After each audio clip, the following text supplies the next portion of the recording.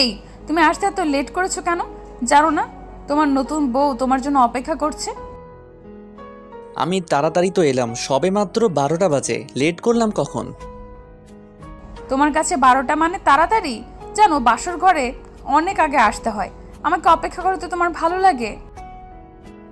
রুহির কথা শুনে রাজ খানিকটা অপ্রস্তুত হয়ে যায়। বাসর রাতে কত তাড়াতাড়ি আসতে হয় বা এসে কি করতে হয় সে সম্পর্কে রাজের তেমন কোনো ধারণা নেই। রাজ নিজের বন্ধুদের সাথে আড্ডা দিয়ে বাসর ঘর এসেছে। রাজ রুহির কথা শুনে অপ্রস্তুত হয়েছে, কারণ রাজ জানতো মেয়েরা লজ্জাবতী হয়ে থাকে, লজ্জাই তাদের ভূষণ। তবে রুহির কথাগুলোতে তো বেশ ভালোই প্রকাশ পাচ্ছে রুহির মাঝে লজ্জার ছিটে ফোটাও নেই। রাজ একটা ঢোক গিলে নিয়ে রুহির দিকে হাঁ হয়ে তাকিয়ে আছে। রুহির রাজকে এমন হাঁ হয়ে থাকতে দেখে কৌতূহলী কণ্ঠে রাজকে উদ্দেশ্য করে বলে উঠল, এমন হা হয়ে আছো কেন? আমায় বুঝি তোমার পছন্দ হয়নি? আমার সাজ কি ভালো লাগেনি তোমার? এই, না না, স্বাস্থ্য ঠিক আছে, তবে নৈতিকতার অভাব আছে মনে হচ্ছে। নৈতিকতার অভাব মানে? আমার মাঝে তুমি অনৈতিক কি দেখেছো? অনৈতিক বলতে আমার কথাটা ভুলভাবে নিও না। তোমার সাথে আমার প্রথম দেখা হবার পর সালাম দিতে হয়, এটা কি ভুলে গিয়েছো? তুমি আমার সাথে মানে কি বুঝতে পারলাম না তো। আর এখানে অনৈতিকতার কি আছে? আসলে আমি বলতে চাইছি, স্বামীকে স্ত্রী সম্মান করে, তাই না? তুমিও তো আমার স্ত্রী, আমায় দেখে সালাম দেওয়ার কি উচিত ছিল না তোমার? ও আচ্ছা, আমি সালাম দেইনি বলে তুমি এই কথাটা বলেছো? মানে আমি তোমায় সালাম দিলে তোমার সেটা ভালো লাগতো? সালাম দেয়াটা তো সুন্নত, আর আমি সুন্নত কাজ আদায় করব না? তাছাড়া সালাম অর্থ শান্তি, তুমি আমার শান্তি চাও না? একদম চাই না ওসব সালাম দেওয়া, লজ্জা পাওয়া, পা ধরে কান্নাকাটি করা, এসব আমার দ্বারা হবে না। রুহির এই কথাটা যেন সজোরে এসে রাজের বুকে একটা ধাক্কা দিল। রাজ নিজের কানকে বিশ্বাস করতে পারছে না, এ কোন রুহি? রাজ আর রুহির লাভ ম্যারেজ হয়েছে। তাদের বিয়ের আগে প্রায় 3 বছরের প্রেমের সম্পর্ক ছিল। এই প্রেমের সম্পর্কের মাঝে তো রুহি রাজকে সবসময় সম্মান করত, ভালো করে কথা বলতো। তবে আজ রুহি এমন আচরণ করছে কেন?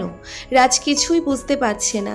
রাজ রুহির দিকে আবারও হাঁ করে থাকতে দেখে এবার রুহি খানিকটা বিরক্ত হলো। রুহি বিরক্তির কণ্ঠে রাজকে উদ্দেশ্য করে বলতে লাগলো, লে আবারও আমার দিকে হা করে তাকিয়ে আছে। বলি এমনিই তো এসেছো লেট করে, এখন যদি হা করে দাঁড়িয়ে থাকো তবে আসল কাজ হবে কখন? রুহি, তোমার কি হয়েছে বলবে আমায়? সারাদিনের ধকলের কারণে কি তোমার শরীর খারাপ লাগছে? ও মা, আমার শরীর আবার খারাপ লাগতে যাবে কেন? আমি তো একদম ঠিক আছি, ফিট আছি, আমার কিছু হয়নি। যদি তোমার কিছু না হয়ে থাকে তো তোমার কথাবার্তা এমন হয়ে গেছে কেন? তোমার কথাগুলো শুনে আমার মাথা ঘুরছে রুহি। লেবু শরবত খাবে? মাথা ঘোরা বন্ধ হয়ে যাবে। তুমি আমার সাথে মজা করছো? মানে আমি সত্যি বুঝতে পারছি না কিছু, আর তুই মজা নিয়ে যাচ্ছ। আমি মজা দিব না তো কি করব? তুমি তো বাসর ঘরে এসে আমার সাথে মজা নেওয়া শুরু করে দিয়েছো। আমি কিছু বললেই দোষ, তাই না? আচ্ছা রুহি, আমরা এসব কথা আপাতত ভুলে যাই, রাত অনেক হয়েছে, এখন চলো ঘুমিয়ে পড়ো। হোয়াট, খেপেছো নাকি? বাসরাতে কি কেউ ঘুমায়? বাসরাতে সবাই করে, আমরাও করব। নো ঘুম। কি কি করবে? আমি তো বুঝতে পারছি না তোমার কথা। আরে ভয় পাও কেন? গল্প করব, গল্প। তুমি আসলেই বোকা, আমি কি তোমার ইজ্জত লুটে নেব নাকি পাগল? এসো বসো, আমি ঘুমটা দিচ্ছি। আমার ঘুমটা তুলে ভালো করে আমার দিকে তাকিয়ে আমার রূপের বর্ণনা দাও। রুহি কথাটা বলতেই নিজের মুখটা ঘোমটার আড়ালে নিয়ে গেল। রাজ থ হয়ে তাকিয়ে আছে। রাজের কাছে মনে হচ্ছে হয়তো সে ঘুমিয়ে আছে, আর এটা কোনো স্বপ্ন। কারণ এতদিনের ভালোবাসার সম্পর্কে আবদ্ধ থাকার পর রাজ রুহিকে বেশ ভালোই চিনতে পেরেছে। রুহি অনেক শান্ত একটা মেয়ে, কখনো কোনো ধরনের চঞ্চলতা তার মাঝে প্রকাশ পায়নি। তবে আজ যে কেন রুহি এমন করছে কিছুই রাজের বোধগম্য হচ্ছে না। রাজ রুহির দিকে তাকিয়ে আছে আর দেখছে রুহি কি করতে পারে। রুহি এতক্ষণ রাজের সাথে কথা বলার সময় ঘোমটা দেয়নি মুখে, তবে এখন নিজেই ঘোমটা টেনে নিয়ে রাজের অপেক্ষায় বসে পড়েছে। রাজের এসব দৃশ্য দেখে মাথাটা ভন ভন করে ঘুরছে। রাজ বুঝতে পারছে না তার শান্ত স্ত্রী হঠাৎ করে এমন আচরণ কেন করছে। রাজ রুহির পাশে বসে রুহির মুখের উপর থেকে ঘোমটা তুলে দিল। রুহি মেকি লজ্জা ভাব নিয়ে রাজের দিকে তাকাতেই রাজ রুহিকে উদ্দেশ্য করে বলে উঠল, বাহ, তোমার তো আজ চমৎকার সুন্দরী লাগছে, অসাধারণ হয়েছে একদম। তোমার জন্যই তো সেজেছি এই ভিন্ন রূপে। এইসব কিছুর কারণ শুধুমাত্র তুমি। জি, এখন এক কাজ করো, শাড়িটা চেঞ্জ করে নাও। এত ভারী শাড়ি পরে থাকতে তো তোমার মনে হয় কষ্ট হচ্ছে। জি, আমার তো কষ্ট হচ্ছে। তুমি একটু কষ্ট করে শাড়িটা চেঞ্জ করে দাও না। এই কী সব কথা বলছো তুমি? আমি তোমার শাড়ি কি করে চেঞ্জ করব? আমি পারবো না কিছু করতে। তুমি না পারলে কে পারবে শুনি? যেটা বলেছি সেটাই করো, আমার মাথা গরম করিও না। রুহি, আমি শিওর তোমার মাথাটা পুরো গেছে, তা না হলে এমন উল্টাপাল্টা কথা তুমি কি বলতে পারতে? আমার মাথা তো অনেক আগেই গেছে। আর স্বামীর কাছে আমার আবদার থাকবে না তো কার কাছে থাকবে শুনি? তুমি আমার আবদার রাখবে কি রাখবে না সেটা বলো। আমি সত্যি এখন চলে যাব? মানে আমায় এখন ফোর্স করা হচ্ছে? আমি আর এখানে এক দ্বন্দ্ব বসবো না। রাজ কথাটা বলতেই বিছানা থেকে উঠে পড়ল। ওইদিকে রুহি যেন রাজকে এমন টর্চার করে ভীষণ শান্তি পাচ্ছে। রুহির প্রচণ্ড হাসি আসছে রাজের এমন কাণ্ড দেখে। তবে এখন হাসা বারণ, এখন হাসি দিলে সব শেষ হয়ে যাবে। রাজ বিছানা থেকে উঠে পড়তেই রুহি দুম করে রাজের হাত ধরে ফেলল। রাজের হাত ধরে রুহি একটা হ্যাঁচকা টান দিয়ে রাজকে নিচের দিকে টান দিল। রুহির এমন হ্যাঁচকা টানে রাজ দাঁড়িয়ে থাকতে পারল না, আবারও নিজের জায়গায় ধপাস করে বসে পড়ল। রাজ নিজের জায়গায় বসে পড়তেই রুহি ভ্রুকুচকে রাজকে উদ্দেশ্য করে বলতে লাগলো, এমন করে কেউ নতুন বউয়ের সাথে? তোমার মধ্যে কি মায়া দয়া ভালোবাসা বলতে কিছুই নেই? আমার মধ্যে সব কিছুই আছে, তবে প্রকাশ করতে পারছি না যেন কিছুই। কেন প্রকাশ করতে পারছো না? আমি কি তোমার স্ত্রী না? আমার কাছে সবটা প্রকাশ না করলে কার কাছে করবে? রুহি, সত্যি করে বলো তো, এমন কেন করছো তুমি? কি হয়েছে তোমার? সেটা তো জানি না, তবে এইটুকু জানি আমি তোমার ভালোবাসার প্রেমে আসক্ত হয়ে গেছি। আমার আরো বেশি ভালোবাসা চাই। রুহি কথাটা বলতেই নিজের কাঁধের উপর থেকে শাড়ির আঁচলটা সরিয়ে ফেলল। রাজ রুহির দিকেই তাকিয়ে আছে। রুহি নিজের বুকের উপর থেকে শাড়ির আঁচলটা সরিয়ে ফেলতেই রাজ রুহির ওই বুকের দিকে তাকালো। রুহি রাজের চোখের দিকে এক নেশাক্ত দৃষ্টিতে তাকিয়ে আছে। মনে হচ্ছে তার মাথার মন আজ এক বিন্দুতে আছে। রাজ রুহির দিকে কিঞ্চিত এগিয়ে গেল। রুহির দিকে রাজ একটু এগিয়ে আসতেই রুহি নিজের দুহাত দুদিকে দিয়ে রাজকে নিজের বুকে ডাকতে লাগলো। ভালোবাসার প্রিয় মানুষটির এই ডাককে রাজ কোনোভাবেই নজর আন্দাজ করতে পারছে না। রাজ রুহির বুকে চলে আসতেই রুহি রাজকে শক্ত করে জড়িয়ে ধরল। রাজ এই প্রথম নিজের বুকের মাঝে এক অদ্ভুত শান্তি অনুভব করছে। এতদিনের প্রেমের সম্পর্কের মাঝে কখনো রাজ রুহিকে জড়িয়ে ধরেনি। আজ প্রথম রুহিকে জড়িয়ে ধরতেই রাজের মনের মধ্যে শান্তি চলে আসলো। রাজ রুহির ঘাড়ে গলায় চুমু খাচ্ছে। নিজের ভালোবাসায় রুহিকে একটু একটু করে আপন করে নিল রাজ। সকালবেলা রাজ চোখ মেলেই দেখতে পায় রুহি তার বুকে ঘুমিয়ে আছে।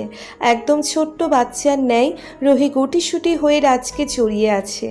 রাজ রুহির ঘুমন্ত মুখটার দিকে কিছু সময় একদৃষ্টিতে তাকিয়ে থেকে আলতো করে রুহির কপালে নিজের ঠোঁটজোড়া ছুঁয়ে দিল। রাজ রুহির কপালে তার ঠোঁটজোড়া ছুঁয়ে দিতেই রুহি একটুখানি কেঁপে উঠল। রাজকে রুহি আরও একটু শক্ত করে জড়িয়ে ধরতেই রাজ রুহিকে উদ্দেশ্য করে বলতে লাগলো, কি হলো, আরও শুয়ে থাকবে? ফ্রেশ হবে না বুঝি? আমার ইচ্ছে করছে না ফ্রেশ হতে যেতে। আমি সারা দিন রাত এই বুকে থেকে শান্তি নিতে চাই। তাই পাগলি আমার, এখন উঠে পড়ো, ফ্রেশ হয়ে নিয়ে নাস্তা করতে যেতে হবে। আরও একটু শুয়ে থাকি না প্লিজ? আর একটু না, উঠো বলছি ফাজিল। রাজ রুহিকে অনেক বলে ঘুম থেকে উঠল। রাজ রুহিকে ঘুম থেকে উঠিয়ে নিচে চলে যায় ফ্রেশ হতে। রাজ ফ্রেশ হতে চলে যেতেই রুহি বিছানায় কিছু সময় শুয়ে থেকে অতঃপর নিজেও ফ্রেশ হতে চলে গেল। রাজ ফ্রেশ হয়ে রুমে এসে রেডি হয়ে নিচ্ছে। কিছু সময় পর রাজের পিছন থেকে রুহি রাজকে উদ্দেশ্য করে বলে উঠল, এই রাজ, এদিকে দেখো না আমার দিকে। কেন, কি হয়েছে? রাজ পিছন ফিরে রুহির দিকে তাকাতেই চমকে উঠল। রুহি একটা টাওয়াল পেঁচিয়ে দাঁড়িয়ে আছে। রাজ রুহির এমন অবস্থা দেখে চমকে উঠল। রাজ প্রশ্নসূচক কণ্ঠে রুহিকে উদ্দেশ্য করে বলল, টাওয়েল পরে আছো কেন? শাড়ি পরে নাও, নিচে যাবে না বুঝি? তোমার মাথার কি সব তার ছিঁড়ে গেছে? জানো না আমি শাড়ি পরতে পারি না? আমি কি করে শাড়ি পরবো?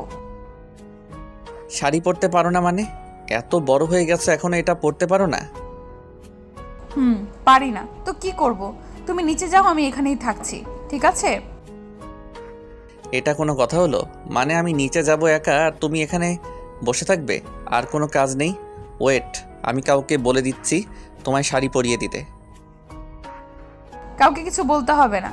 আমি তো আর সেই সৌভাগ্যে নেই যে কেউ এসে আদর করে শাড়ি পরিয়ে দিবে আমায়।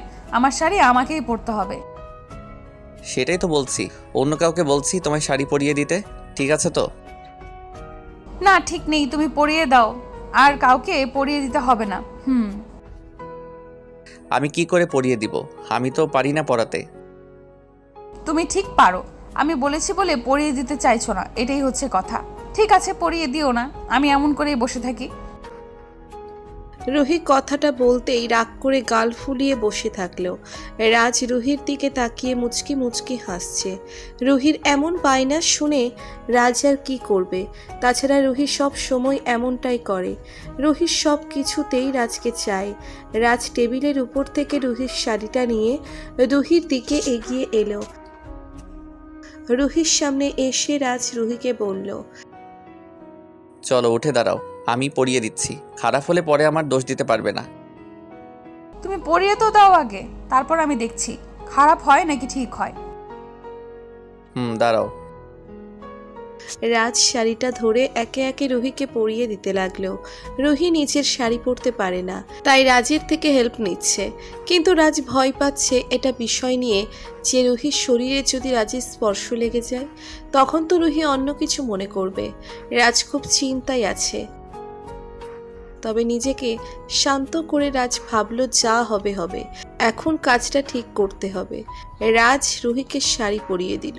শাড়ির কুচি ঠিক করে দিয়ে রুহির নাভির নিচে গুজে দিতে নিতেই আচমকা রুহির নাভির সাথে রাজের হাতের স্পর্শ লেগে যায়। আচমকা রাজের হাতের স্পর্শ পেতেই রুহির চোখ জোড়া বন্ধ হয়ে যায়। রুহির চোখ বন্ধ করে রাজের চুলের উপর নিজের হাত রেখে রাজের চুল খামচে ধরল। রাজ রুহির এমন কাজ দেখে রুহির দিকে তাকিয়ে প্রশ্নসূচক কণ্ঠে রুহিকে উদ্দেশ্য করে বলল, কি হয়েছে, এমন করছো কেন? জানি না, তুমি আমার নাভিতে স্পর্শ করলে কেন? তো কুচি গুজে দিতে গেলে তো স্পর্শ লাগবেই, তাই না? আমি তো আর ইচ্ছে করে কিছু করিনি। তাই নাকি? আমি তোমায় হাড়ে হাড়ে চিনি, তুমি ইচ্ছে করে এমন করেছো। তাই নাকি? আচ্ছা, তাহলে নিজেই পরে নিতে, আমি তাহলে আর কিছুই করতাম না। নিজে পড়তে পারলে কি আর তোমায় বলতাম নাকি? পারি না দেখেই বলেছি। এখন এই না আবার কুচি খুলে দিলাম, এখন ঠিক করে আবার গুজে দাও। রুহি কথাটা বলতেই নিজের শাড়ির কুচি খুলে ফেলল। রুহির শাড়ির কুচি খুলে ফেলতেই রাজ রুহির দিকে একটু কৌতূহলে তাকালো। মেয়েটা আসলে কি করতে চাইছে কিছু যেন রাজ বুঝতে পারছে না। রুহি কুচি খুলে দিতেই রাজ আবারও কুচি ঠিক করতে লাগলো। এবার রাজ কুচি ঠিক করতে করতে আচমকা রাজের চোখ পড়ল রুহির নাভির দিকে। নিজের অজান্তেই রাজ এক দৃষ্টিতে রুহির পেটের নাভির দিকে তাকিয়ে আছে। নিজের মনের মধ্যে একটা অদ্ভুত অনুভূতি কাজ করে উঠল তার। রাজ রুহির কুচি ঠিক করায় মনোযোগ না দিয়ে রুহির নাভির দিকে তাকিয়ে সেই দিকে মনোযোগ দিচ্ছে রুহি। রাজের এমন চাহনি দেখছে মুচকি হেসে রাজকে বলে, এমন করে কি দেখছো? আমার লজ্জা লাগছে, তাড়াতাড়ি করো। করছি গো।